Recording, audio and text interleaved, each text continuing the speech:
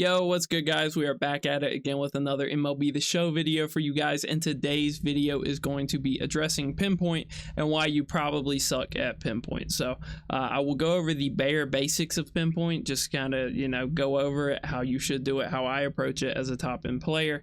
But for the most part, this is going to be focused on hardware issues that you may experience on Xbox in particular. If you're on PlayStation, most people on PlayStation have a very firm grasp on Pinpoint. They understand how to pinpoint. A lot of people on Xbox seem to struggle with it. So I'm going to go over in this video the basics, the very basics of Pinpoint. And then I'm going to go over a issue that's probably holding you back more likely than not. So we will hop into it. Go over to custom practice here. For the most part, I would suggest that when you're learning Pinpoint that you start with a guy like Corbin Burns, just because he starts in the stretch, and if you can pitch in the stretch effectively, then I feel like you can pitch in the windup effectively. I think that makes sense. In theory, the stretch is the fastest you'll ever have to be with your pinpoint motion. So I think it's relatively easy. At the start of the year, we had glitched pinpoint motions like John Donaldson and stuff, but now we seem to be good for the most part. So pitching wise, you can see got Corbin on the mound. The only thing is he doesn't throw a four-seam fastball, which is kind of one of the essential pinpoint pitches that you want to be able to throw. So real quick, for you guys that do not know how to pinpoint, basically you're picking your pitch. It's going to give you a little outline of what you're supposed to do. You can sit here and watch this as many times as you want offline. Online, you may have to, you don't really want to watch it more than 2-3 times for your opponent's sake, and because it will auto pitch for you. So basically you're drawing the motion with the exact cadence and, drawing whatever picture that tells you to do. And then you are pulling down into that circle at the bottom at the right time. It's that easy. That's how you pinpoint.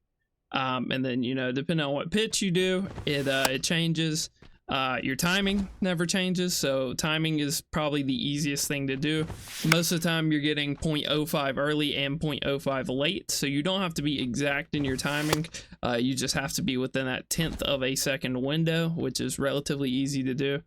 This is on Legend, so this is the hardest Pinpoint will ever be. As you scale up in difficulty, the thresholds go up. You have to be more accurate.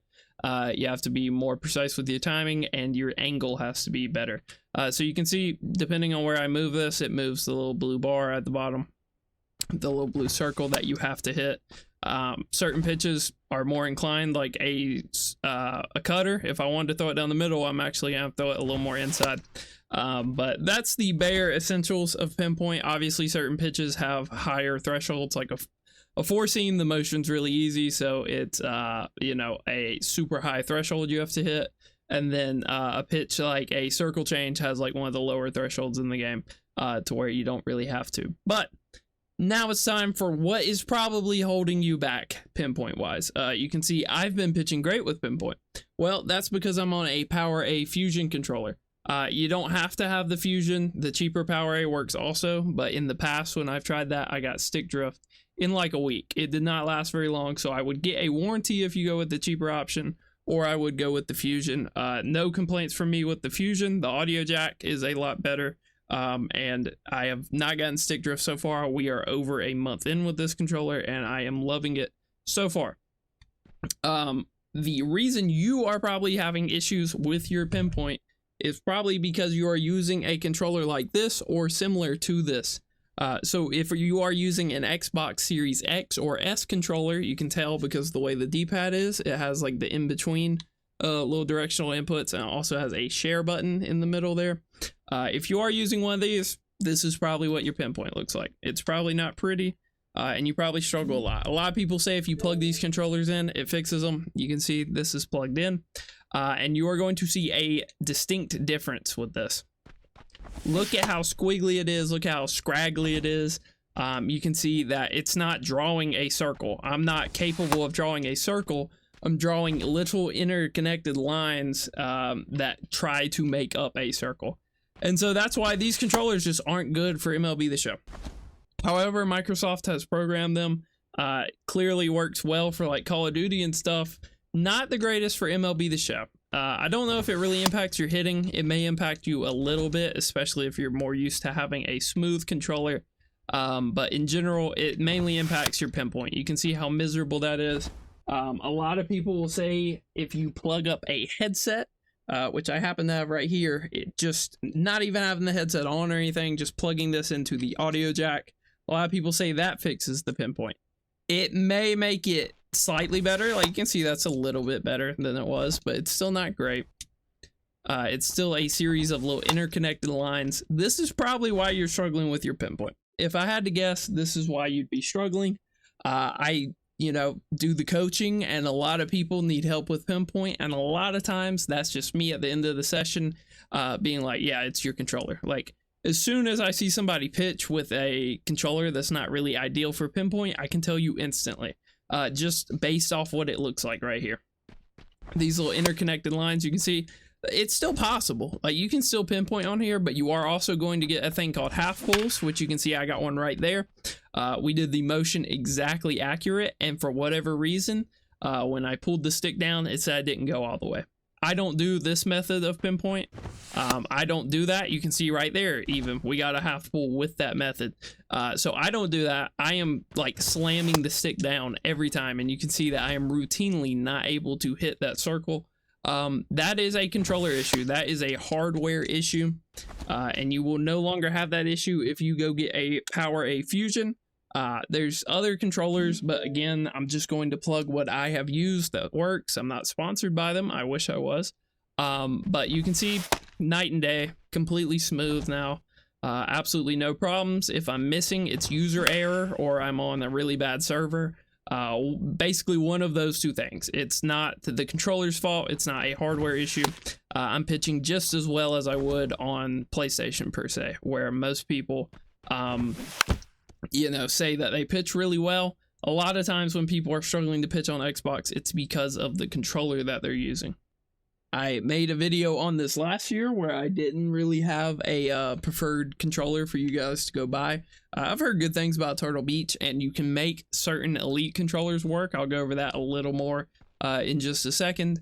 But this is what I've played MLB The Show on for the last 2 years. This Xbox One controller, but I feel like it's worth putting this out here because it's hard to find an Xbox One controller. If you have an old one, it probably has at least some degree of stick drift, and you can't really buy them anymore. The only way you can get really Xbox One controllers anymore is, off eBay, or you are buying like special edition collector controllers that haven't been opened, and so they're going for $150 for a controller that you wouldn't want to pay more than $60 for. So I feel like it's worth mentioning now, especially this year, that Power A Fusion is a great alternative to that. Heard good stuff about Turtle Beaches. I have in the past found a way to make Elites work. For some reason, whenever I've coached people with the Elite Series 2, for some reason that controller just doesn't really want to cooperate. There's little settings you can do that make it a little bit better, but for the most part, I'm going to show you guys how to get an Elite Series 1 to work. So with the Elite Series 1, you will go to My Games and Apps, Xbox Accessories. It'll pop up here. You can hit Configure, and then you will change both of your sticks, or just one, I guess. But for me, I'd want to do both, and change it to Smooth option, and then crank the slider all the way down until that little line is straight. If you do have an Elite, you'll understand what I'm saying. If not, then you don't have to worry about it. But if you do that, it will perform as normal. I have an Elite Series 1. I've done it in the past. I just don't really like the metal sticks, but it does work, and I can confirm that that is a way to get your pinpoint to work. But as you guys can see, absolutely no issues with the pinpoint on the Power A Fusion. It's all user error. You can see we are on Legend, so this is the hardest pinpoint can ever be. Assuming you're not on Legend against a good player and you're on a terrible server, then arguably it could be harder. But you can see we are not really having any issues here, and the pinpoint is working flawlessly. The infamous circle change, basically 100% accurate. So it's significantly better on these other controllers, and it makes it playing a lot easier. On lower difficulties, yeah, you can probably get away with an Xbox One controller. On like All-Star, or if you're just getting on the game and you're on Veteran, you can probably make it work, and you probably won't get enough half pulls to where it really impacts you. But when you get to Hall of Fame and the thresholds move up, or heaven forbid when you get to Legend and the thresholds are through the roof and you have to be throwing 98% accurate fastballs, it's probably not worth it, and it probably is time to move to a new controller, because in general, my recommendation for Pinpoint is you probably don't need to be using Pinpoint online if you can't throw at least like 60 to 80% of them accurately. If that's the case, you might as well be on pure analog.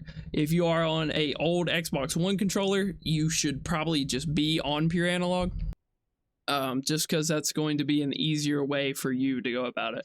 But yeah, guys, that is the main issue I see with Pinpoint. Most of the time when people are having issues with Pinpoint, it has to do with this. It's a common fix that I get in coaching a lot, where you just kind of need a new controller, and it's really unfortunate. It's unfortunate that SDS, it's not really on SDS, it's more about Microsoft and Xbox, but you know, it's just a side effect of playing this game. If you want to be really successful, you probably have to go out and get a third-party controller.